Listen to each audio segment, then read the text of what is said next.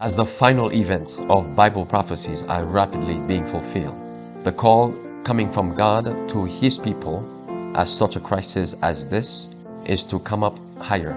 Come up higher as God called Moses to Mount Sinai. Come up higher as Elijah called the people of God to come up on Mount Carmel. Come up higher because our redemption draweth nigh. Come up higher because we have a high calling in Jesus Christ. Come and let us learn how to run this race together as we listen to this daily devotional. Our High Calling, a daily devotional by Ellen G. White. The privilege of assurance. And hereby we know that we are of the truth, and shall assure our hearts before Him. 1 John 3, verse 19. I would impress upon our young men and young women the necessity of making their calling and election sure. I would beseech you to do not haphazard or uncertain work where your eternal interests are involved. By so doing, you lose happiness, peace, comfort, and hope in this life, and you lose also your immortal inheritance. My young friends, you are judgment bound, and through the grace of Christ you may render obedience to the commandments of God, and daily gain fortitude and strength of character, so that you need not fail or be discouraged. Divine grace has been abundantly provided for every soul, so that each one may engage in the conflict and come off victorious. Do not become sluggish. Do not flatter yourselves that you may be saved in walking in accordance with the natural traits of your character, that you may drift with the current of the world and indulge and please self, and yet be able to withstand the forces of evil in a time of crisis, and come off victorious when the battle waxes hot. You must learn every day to obey the orders of the captain of the Lord's host.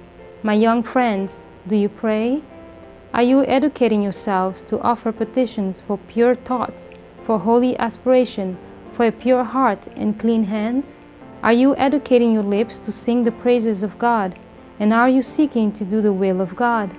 This is the kind of education that will be of the greatest value to you, for it will aid you in the formation of Christ-like character. Do not settle down in Satan's easy chair and say that there is no use, you cannot cease to sin, that there is no power in you to overcome. There is no power in you apart from Christ, but it is your privilege to have Christ abiding in your heart by faith, and He can overcome sin in you when you cooperate with His efforts.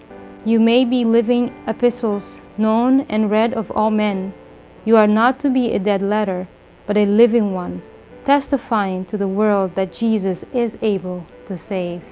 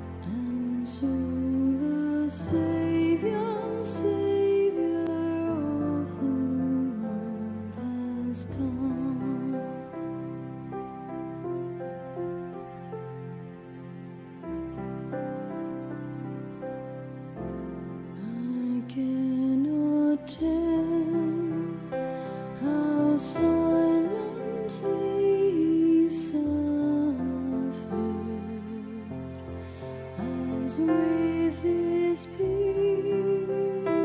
he graced this place of tears. Know how his heart upon the cross was broken, the crown of pain to 33 years.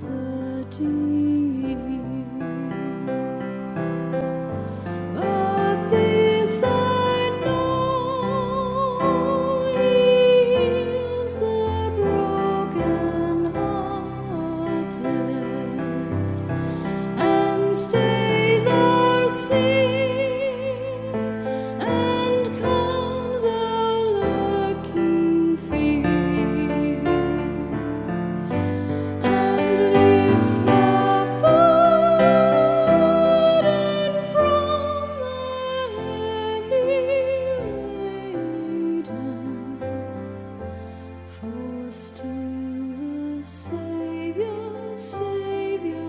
of the world is here.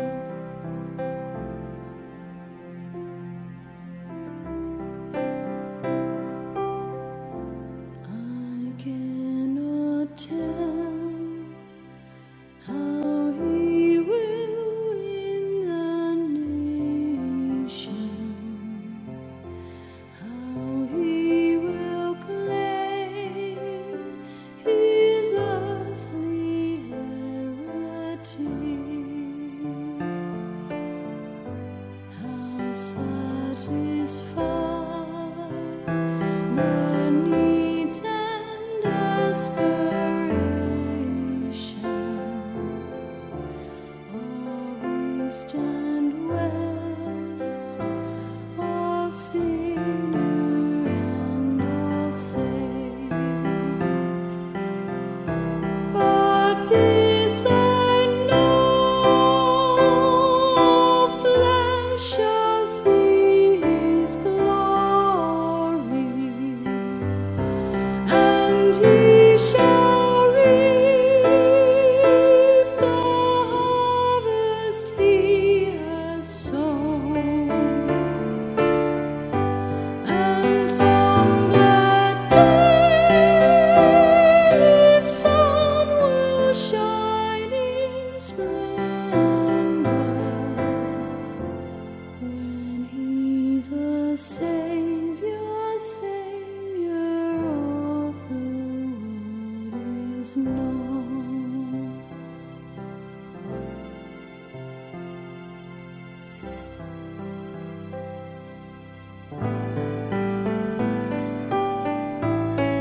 I cannot tell how all the lands shall worship,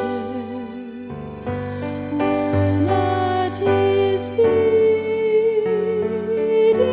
every storm is still. Oh, who can say how great the jubilation, when all our hearts with love for him are filled. But this I know, the sky shall sound his praises, 10,000 thousand human voices sing, and earth to heaven, heaven to earth will answer. At last the Savior